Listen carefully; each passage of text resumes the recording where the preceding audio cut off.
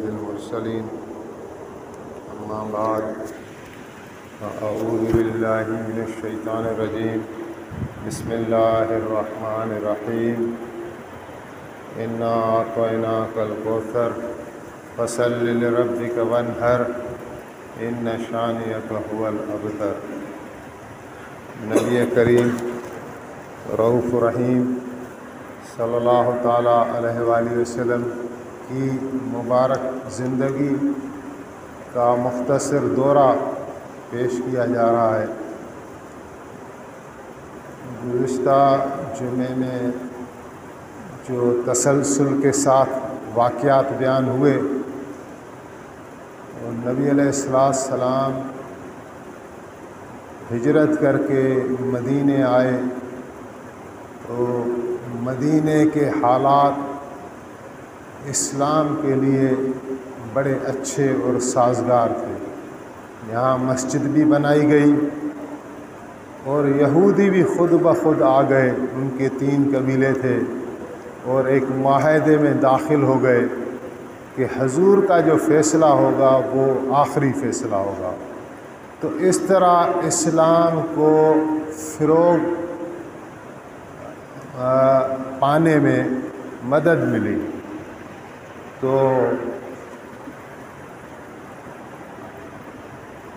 شروع میں آپ رہے حضرت ابو ایوب انصاری رضی اللہ عنہ کے گھر میں، تو 6-7 مہینے آپ نے وہاں گزارے۔ تو حضرت جبریل امین نازل ہوئے اور فرمایا کہ اللہ تعالیٰ کا فرمان ہے کہ آپ جو ہے مسجد بھی تعمیر کریں اور اپنے لیے گھر بھی تعمیر کریں۔ تو یہ مسجد نبوی کی تعمیر ہوئی، اور وہ ایک زمین کا ٹکڑا تھا جہاں حضرت ابو ایوب انصاری کے گھر میں حضور رہتے تھے، اس کے سامنے ایک زمین کا ٹکڑا خالی پڑا تھا، وہ 2 بھائیوں کا تھا، سہل اور سہیل۔ تو وہ مسلمان تھے غریب یتیم۔ تو نبی علیہ السلام نے وہ ان سے خریدا۔ وہ مفت میں دینا چاہتے تھے، لیکن آپ نے وہ ٹکڑا خریدا اور وہاں تعمیر شروع کی، اور خود بھی اپنے مبارک ہاتھوں سے کام کرتے تھے۔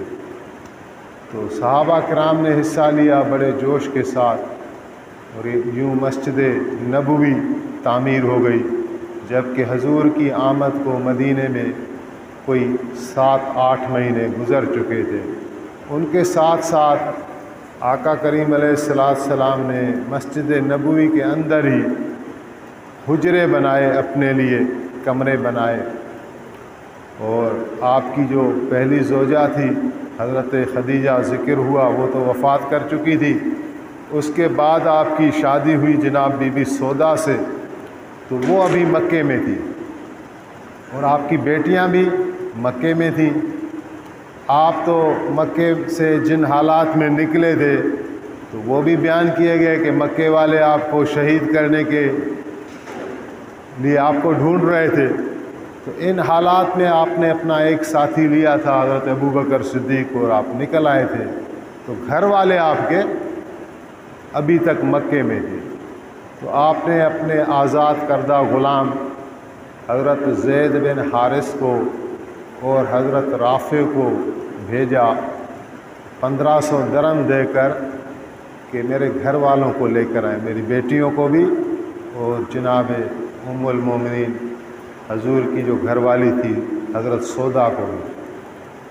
تو یہ گئے، یہ جب مکے پہنچے تو حضرت ابوبکر کا جو بیٹا تھا حضرت عبداللہ، وہ بھی ان کے ساتھ تیار ہو گیا، اور اس طرح جو ہے انہوں نے بھی ہجرت کی، اور حضور صلی اللہ علیہ وآلہ وسلم کی بیٹیاں اور گھر والے بھی مدینے پہنچ گئے، اور آپ صلی اللہ علیہ وآلہ وسلم حضرت ابو ایوب انصاری کے گھر سے اٹھ کر اپنے گھروں میں آ گئے، مسجد نبوی میں آ گئے۔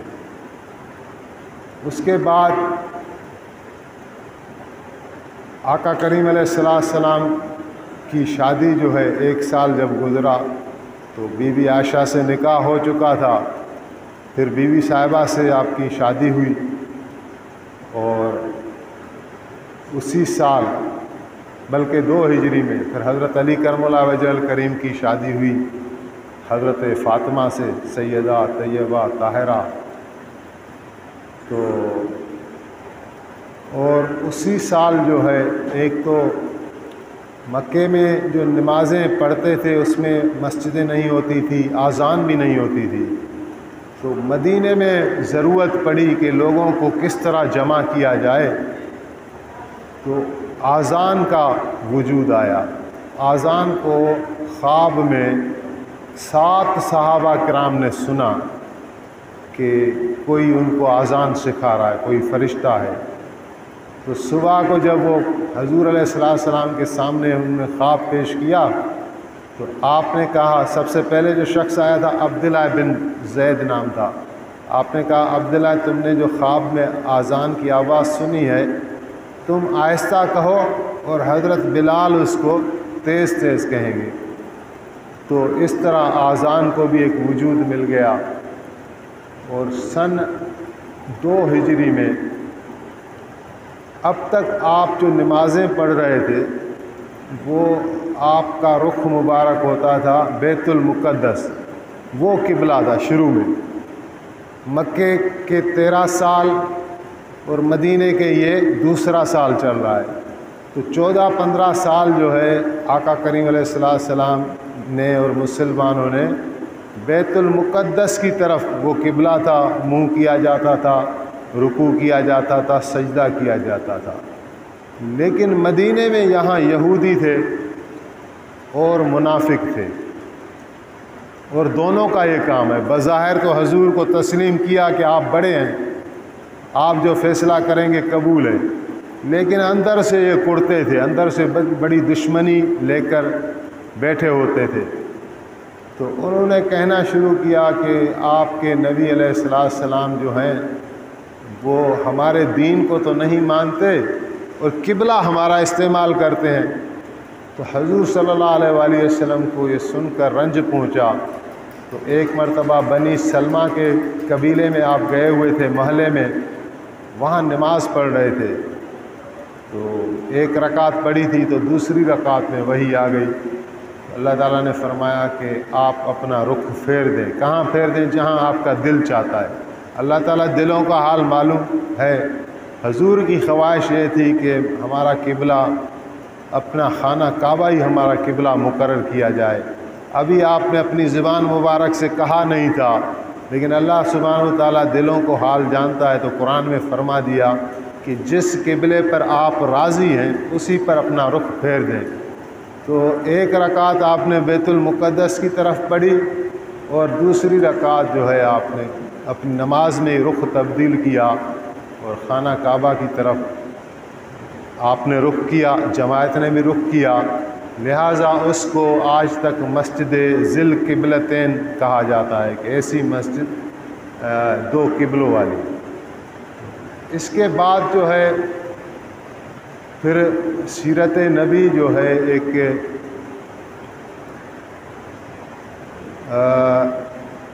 جنگوں کا سلسلہ، لڑائیوں کا سلسلہ۔ حضور کی مبارک زندگی ابھی 2 ہجری سے ایسے سمجھیں لڑائیوں میں گزرتی ہے، کیونکہ کافر جو مکے کے تھے وہ آپ کے پیچھے تھے، 13 سال وہاں ہر کام میں رکاوٹ ڈالی، آخر کار آپ کے قتل کرنے کا، قید کرنے کا منصوبہ بنایا، آپ کے صحابہ کرام کو اذیت دی۔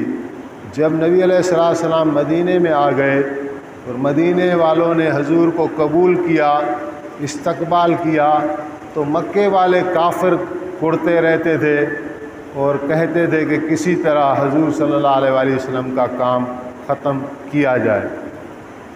تو اس سلسلے میں جو ہے وہ ایسی وہ رکاوٹیں ڈالتے رہتے تھے۔ منافقین کا ایک سردار تھا، بڑا مشہور ہے، عبداللہ ابن ابی سلول، یہ اس کو رئیس المنافقین کہتے ہیں، منافقوں کا سردار تھا۔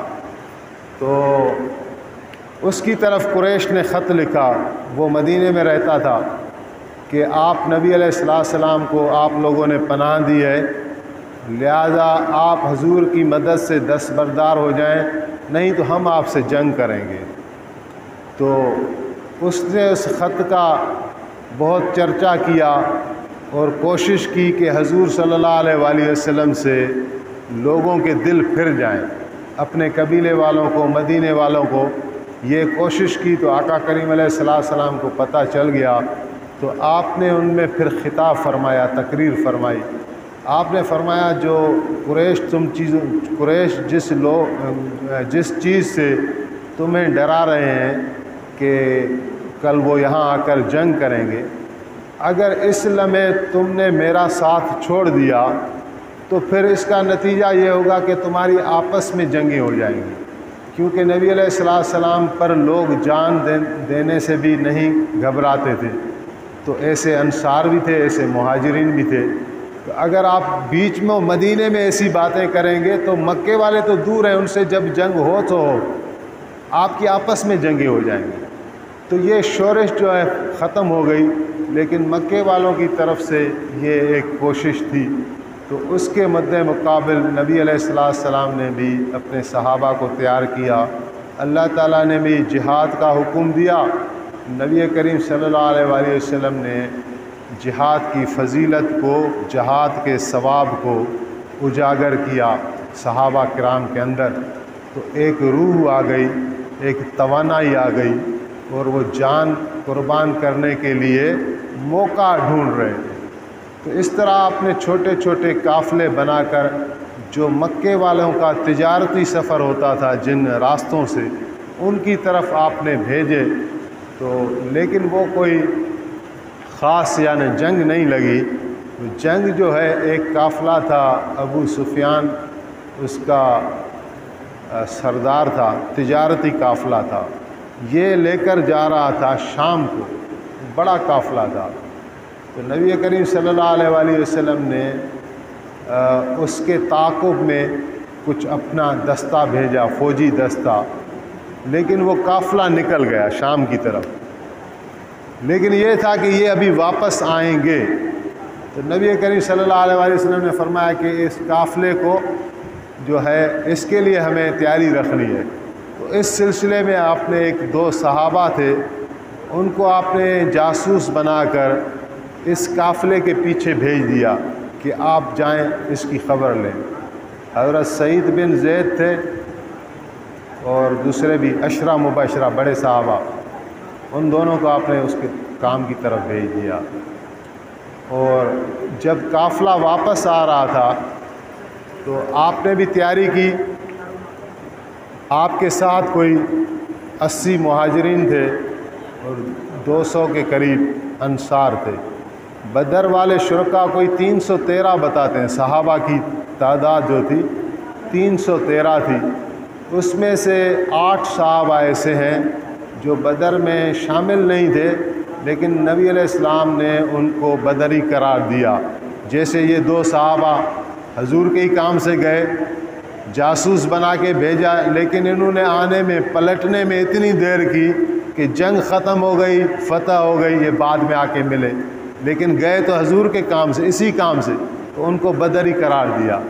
حضرت عثمان کو آپ نے لیا نہیں۔ حضرت عثمان کی جو گھر والی تھی وہ حضور کی بیٹی تھی، بی بی رقیہ، وہ بیمار تھی، تو ان کی تیمارداری اور خدمت کے لیے، دیکھ بھال کے لیے آپ نے فرمایا تم مدینے میں ٹھہر جاؤ، لیکن یہ بھی حضور کا حکم تھا، تو ان کو بھی بدری شمار کر کے حصہ دیا۔ حضرت عبداللہ ابن ام مکتوم کو آپ نے اپنا جانشین مقرر کیا مدینے میں، لہٰذا ان کو بھی حصہ دیا۔ راستے میں حضرت ابو لبابہ کو آپ نے واپس کیا کہ تم بھی جا کے اس کے ساتھ رہو مدینے میں، تو حضرت ابو لبابہ کو بھی اس طرح حصہ دیا۔ تو ایسے ایک شخص اونٹ سے گر گیا، زخمی ہو گیا، اس کو واپس کیا گیا، لیکن اس کو بھی آپ نے حصہ دیا۔ تو جب راستے طے کرتے ہوئے آپ ایک جگہ پہنچے تو ابو سفیان بڑا چالاک تھا، اس کو پتہ چل گیا کہ مسلمان جو ہیں وہ میرے قافلے کے پیچھے ہیں، تو اس نے اپنا راستہ تبدیل کر دیا۔ جو شارع عام تھی قافلوں کی، وہ راستہ نہیں لیا بلکہ کوئی اور راستہ لے لیا، اور دوسرا کام یہ کیا کہ مکے والوں کو ایک تیز رفتار گھوڑے پر ایک قاصد بھیجا کہ مسلمانوں سے مجھے اندیشہ ہے کہ ہمارے قافلے کا وہ تعاقب کر رہے ہیں، تو اگر آپ لوگوں کو قافلہ بچانا ہے تجارتی تو آپ فوراً جنگ کا لشکر لے کر آئیں مسلمانوں کے مقابلے کے لیے۔ تو یہ دو کام، ایک تو قاصد چلا گیا ابو جہل سے جا کے ملا مکے میں، تو ابو جہل جو ہے وہ غصے سے بھر گیا، ان کے ذہن میں ابھی تک یہ چل رہا تھا کہ یہ وہی تو مسلمان ہیں جن کو 13 سال ہم یہاں مارتے پیٹتے رہتے تھے، کبھی کسی کو یہاں مارا کسی کو وہاں مارا، تو وہاں حکم نہیں تھا، حکم یہ تھا کہ صبر کریں، حتیٰ کہ انہوں نے رسول کریم صلی اللہ علیہ وآلہ وسلم سے بھی خود لڑے تھے، حضرت ابو بکر سے لڑے تھے۔ تو ابو جہل والے قریش والے اس میں آ گئے کہ یہ کل مسلمان ہم ان کو ذرا ذرا بات پر یہاں پیٹتے تھے، آج یہ ہمارے مقابلے کے لیے آئے ہیں، تو اس نے 1000 لشکر تیار کر لیا مکے سے، جنگی جوان، اور بدر کی طرف چلا۔ ادھر جو ہے ابو سفیان اپنا قافلہ بچا کر نکل آیا، جب اس نے دیکھا کہ میں اتنا دور آ گیا ہوں کہ مسلمان ابھی یہاں نہیں آ سکتے، تو اس نے دوسرا قاصد بھیجا ابو جہل کی طرف کہ میں قافلہ سلامتی کے ساتھ بچا کر اپنے راستے پر ہوں اور عنقریب مکے میں پہنچ جاؤں گا، محمد کریم علیہ السلام بھی غالباً واپس ہو گئے ہوں گے، اور تم لوگ ابھی جنگ کے لیے نہ جاؤ۔ لیکن ابو جہل کو ایک خط ملا تو اس نے کہا کہ نہیں، ہم تو جنگ کو جائیں گے، نہیں جائیں گے تو یہ قافلہ، یہ تجارت، یہ کہانی جو ہے ختم نہیں ہوگی، ہم مسلمانوں کو جڑ سے اکھاڑ کر ختم کر دیں گے، حضور کو بھی شہید کر دیں گے اور حضور کے صحابہ کو بھی ہم شہید کر دیں گے، قید کر دیں گے، تو ہم تو جائیں گے جنگ کو۔ تو اس نے 1000 بندے لے کر وہ جنگ کے لیے نکلا۔ ادھر مسلمانوں کا حال یہ تھا کہ مسلمان تو نکلے تھے اس قافلے کے لیے جس میں ٹوٹل 40 افراد تھے، وہ بھی جنگ کے لیے نہیں تھے، وہ تجارتی قافلے کے لیے تھے، تو ان سے لڑنا، ان کا تعاقب کرنا بہت آسان تھا، اس کے لیے 313 کا لشکر بہت کافی تھا۔ لیکن ابھی صورتحال تبدیل ہو گئی، قافلہ تو چلا گیا سلامتی کے ساتھ کافروں کا، اور ابھی دوسرا لشکر کافروں نے تیار کر دیا 1000 بندوں کا، اور وہ سارے مسلح۔ مسلمانوں کا حال یہ تھا کہ 313 لشکر میں صرف 2 اونٹ تھے، اور دو گھوڑے تھے، اونٹ تو زیادہ تھے، تو اونٹوں کا بھی یہ حال تھا کہ سارے ایک ساتھ سفر نہیں کر سکتے تھے، ایک اونٹ پر 2 یا 3 سوار مقرر ہوئے۔ نبی علیہ السلام کی مساوات مشہور ہے، مساوات محمدی کہتے ہیں صلی اللہ علیہ وآلہ وسلم، کہ انسان برابر ہیں، برابری کی بنیاد پر ان سے سلوک کیا جائے۔ تو حضور علیہ السلام نے اپنے اونٹ میں بھی 2 شریک کر لیے۔ کون سے شریک کر لیے؟ ایک حضرت علی اور ایک حضرت ابو لبابہ۔ لیکن جب حضرت ابو لبابہ کو راستے سے واپس کیا تو ان کی جگہ زید بن حارث مقرر ہوئے۔ ابھی اصول یہ تھا کہ 2 سواری کریں گے اور ایک جو ہے پیدل چلے گا۔ تو انہوں نے عرض کیا، دونوں نے، حضرت علی نے اور حضرت زید بن حارث نے یا حضرت ابو لبابہ نے، کہ یا رسول اللہ آپ مستقل سوار رہیں، ہم آپس میں نمبر چینج کرتے رہیں گے۔ تو حضور نے فرمایا کیوں؟ کیا تم میرے سے زیادہ مضبوط ہو؟ یہ پیشکش ان کی قبول نہیں فرمائی۔ اسی طرح آپ اپنے نمبر سے پیدل چلتے رہے جسی طرح وہ چلتے رہے۔ تو بالآخر قصے تو بڑے ہیں، ایسے اگر ڈیٹیل بیان کریں گے تو وہ بدر بھی پورا نہیں ہو پائے گا۔ تو جب جنگ لگی ہے، سب سے پہلے کافروں کی طرف سے عتبہ بن ربی اور اس کا بھائی شیبہ اور عتبہ کا بیٹا ولید، یہ 3 لوگ سامنے آئے میدان میں اور مسلمانوں کی طرف پکارا، حضور کی طرف پکارا کہ جو اپنے آپ کو دلیر سمجھتا ہے آ جائے مقابلے کو۔ تو نبی کریم صلی اللہ علیہ وآلہ وسلم نے اپنے لشکر میں دیکھا تو 3 نوجوان تھے انصار کے، تھے بھی آپس میں بھائی، لیکن لڑنے کا بڑا جوش تھا۔ وہ ایسے جیسے پتنگ ہوتے ہیں نا، ایسے بھاگ کر گئے۔ ایک تھا معاذ، ایک تھا معوذ، ایک تھا اوف، تینوں بیٹے حارث کے، انصاری صحابہ نوجوان، یہ ان کے مقابلے میں گئے۔ تو عتبہ نے کہا کہ آپ لوگ کون ہیں؟ آپ کو تو ہم نہیں جانتے۔ تو انہوں نے کہا کہ ہم انصار ہیں، ہم نے حضور کا کلمہ پڑھا ہے، ہم مقابلے کو آئے ہیں۔ بولا نہیں، آپ سے ہمارا کام ہی نہیں۔ پھر حضور کو پکار کر کہا کہ رسول اللہ ہمارے پاس ہمارے رشتہ دار بھیجو۔ یہ کس کو بھیج دیا ہے؟ تو عرب میں جو مکے والے عرب تھے نا، ان میں ایک خود پسندی بھی تھی کہ ہماری برابری کرنے والا کوئی بندہ ہے نہیں، تو یہ انصار سے مقابلہ بھی نہیں کرنا چاہتے تھے۔ وہ کہتے ہیں ہمارے برابری کا آدمی بھیجو ہماری طرف۔ تو آپ علیہ السلام نے پھر حضرت علی، حضرت حمزہ اور حضرت عبیدہ بن حارث کو بھیجا۔ حضرت علی آپ کا چچا زاد بھائی، داماد بھی، حضرت حمزہ آپ کا چچا، حضرت عبیدہ آپ کا چچا زاد بھائی، تینوں اپنے خاندان کے بھیجے۔ تو یہ مقابلہ ہوا تو مسلمانوں نے ان تینوں کافروں کا کام ختم کر دیا۔ البتہ حضرت عبیدہ کی عمر اس وقت 80 سال تھی، ان کو ایک تلوار کا وار آ گیا گھٹنے میں، جس سے خون بہا اور وہ اس میں شہید ہو گئے۔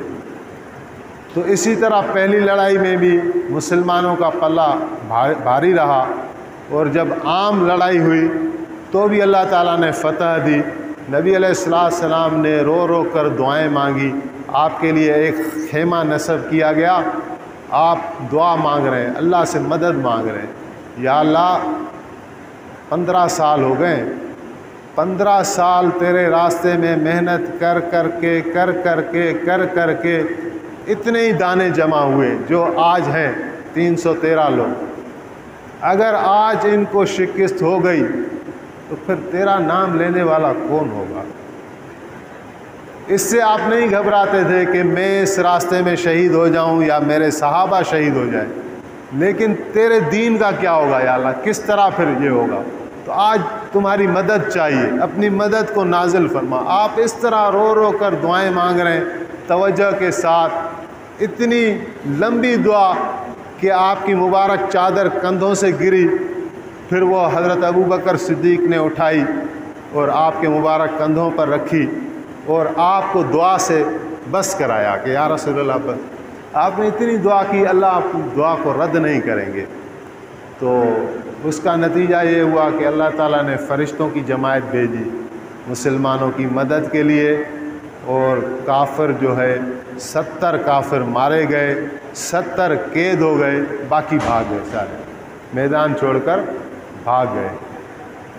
تو قیدیوں کا مسئلہ آیا، اس میں مشاورت ہوئی کہ قیدیوں کا کیا کیا جائے۔ آخر مشورے سے یہ طے ہوا کہ ان سے فدیہ لے کر ان کو آزاد کیا جائے۔ بڑے بڑے کافر قتل ہوئے، اپنا جتنے سردار تھے، ابو جہل، امیہ بن خلف، اور یہ عتبہ بن ربی، شیبہ بن ربی، اور کچھ پکڑے بھی گئے۔ تو حضور کے 3 بڑے دشمن تھے، ایک ابو جہل، ایک ابو لہب، ایک عقبہ ابن ابی معیط۔ عقبہ بھی پکڑا گیا، تو اس نے کہا کہ حضور کو کہ اگر دوسروں سے فدیہ لیتے ہیں تو میرے سے بھی فدیہ لیں۔ تو آپ نے فرمایا نہیں، تمہارے جرم ایسے نہیں ہیں، اور میں اللہ کا شکر کرتا ہوں کہ تمہیں گرفتار کر کے قتل کے لیے ہمارے پاس بھیجا، اور تاکہ ہماری آنکھیں ٹھنڈی ہوں۔ اس کو قتل کیا گیا۔ تو باقیوں کا یہ فیصلہ ہوا کہ فدیہ لے کر آزاد کیے جائیں۔ اس میں ایک قیدی ایسا تھا، حضرت ابو العاص، جو حضور کا داماد تھا، ابھی مسلمان نہیں ہوا تھا، کافروں کے پریشر میں ساتھ آ گیا، ایک سماجی سوشلی۔ ابو جہل نے ساروں کو بلایا کہ آؤ بھائی جنگ کریں۔ حضرت عباس بھی آ گیا، حضور کا چچا ہے، ابھی مسلمان نہیں ہوا تھا، لیکن ساری زندگی حضور کی خدمت کی تھی، مدد کی تھی، لیکن سوشلی ابو جہل والوں نے اتنا اس پر زور ڈالا کہ وہ بھی آ گیا۔ تو حضرت ابو العاص جو ہیں وہ گرفتار ہو کر آ گئے۔ ان کے لیے فیصلہ کیا گیا کہ ان سے فدیہ لیں جتنا بھی ہے۔ ابھی جنگ میں جو بندہ قیدی بن گیا وہ تو ہاتھ خالی ہوتا ہے۔ فدیے کا مطلب ہے کہ اس کے لیے جو رقم طے ہوئی ہے وہ اس کے گھر والے بھیجیں گے یا کوئی دوست احباب بھیجے گا، پھر اس کی آزادی کی شکل بنے گی۔ تو اس کی گھر والی تھی بی بی زینب، حضور کی سب سے بڑی بیٹی، تو انہوں نے رقم کا انتظام کیا اور دیکھا کہ ہو سکتا ہے کہ رقم کم پڑ جائے، تو اپنا گلے کا ہار بھی اس گٹھڑی میں ڈال دیا۔ وہ ہار تھا جناب بی بی خدیجہ کا رضی اللہ تعالیٰ عنہ، حضور کی گھر والی۔ تو کرتے کرتے وہ گٹھڑی جو ہے وہ ایسا اتفاق ہوا کہ حضور کے سامنے ہی معاملات ہوتے تھے کہ یا رسول اللہ یہ ابو العاص کے لیے رقم آئی ہے، ان کا فدیہ آیا ہے، اور رومال کھولا گیا تو آپ کی وہ نظر مبارک اس ہار پر پڑی جو کہ بی بی خدیجہ کا تھا۔ گھر کی چیزیں ہر ایک بندہ جانتا ہے، آئی بھی بی بی زینب سے تھی، تو آپ کے مبارک آنکھوں میں آنسو آ گئے اور آپ نے صحابہ کو فرمایا کہ اگر ہو سکے تو زینب کے قیدی سے فدیہ نہ لیں۔ تو ان کو پھر جو ہے وہ ساری چیزیں امانت باسلامت واپس دی گئیں اور ان کو ایسے آزاد کیا گیا، اور بعد میں وہ اسی سال مشرف اسلام بھی ہوئے اور مسلمان ہو گئے۔ تو اس طرح اللہ تعالیٰ نے اسلام کو، پیغمبر اسلام کو کامیابی دی اور کافروں کا نقصان ہوا، شکست ہوئی، اور یہ تڑپتے رہے کہ کس طرح بدلہ لیں۔ اس کے بعد پھر جب حضور علیہ السلام جب مدینے میں واپس آئے تو یہودی، میں نے عرض کیا، جو 3 قبیلے تھے وہ یہ چاہتے تھے کہ حضور کا کام کس طرح رک جائے، لیکن بظاہر دشمنی نہیں کرتے تھے۔ بظاہر انہوں نے ایک معاہدہ کیا تھا میثاق مدینہ کہ ہم آپ سے دشمنی نہیں کریں گے، لیکن اندر سے یہ سازشیں کرتے تھے۔ بنو کینکا کا ایک قبیلہ تھا، وہ کہنے لگا کہ مسلمانوں کی جنگ نا مہاجرین سے ہوئی، مکے والوں سے، تو مکے والے تو بیچارے کرتے ہیں تجارت، ان کو تو جنگ کا پتہ ہی نہیں۔ مسلمانوں کا اگر ہم سے مقابلہ ہو جائے تو مسلمانوں کو پتہ چلے کہ جنگ کسے کہتے ہیں۔ تو اس طرح یہ باتیں کرتے رہتے تھے۔ ایک عورت گئی، یہ سنار کا دکان ان کے تھے، تجارت، مسلمانوں کی ایک عورت گئی، ابھی پردے کا حکم نہیں ہے، وہاں سنار کے پاس کچھ خرید فروخت کر رہی تھی، تو ایک یہودی بدبخت نے کیا کیا کہ وہ عورت جیسے بیٹھی ہوئی تھی، پیچھے سے کینچی سے اس کا وہ چولا کاٹ دیا۔ ان کو پتہ ہی نہیں چلا، وہ جب اٹھی تو اس کا سطر ظاہر ہو گیا، اس پر وہ ہنسنے لگے، تو ایک مسلمان کھڑا تھا، اس پر اس نے اس یہودی کو قتل کر دیا، غیرت ایمانی قتل کر دیا۔ تو بدلے میں یہودیوں نے بھی اس مسلمان کو شہید کیا۔ بات آ گئی حضور صلی اللہ علیہ وآلہ وسلم کے ہاں، تو یہودیوں نے ایک معاہدہ توڑ ڈالا، لہٰذا آپ نے ان کا محاصرہ کیا۔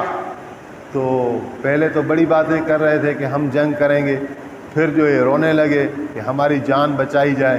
پھر یہ منافق کا جو سردار تھا ابن ابی سلول، اس نے حضور کو بڑا ستایا کہ ان کو جان کی معافی دیں، ان کو نکال دیں، لیکن ان کو قتل نہیں کریں۔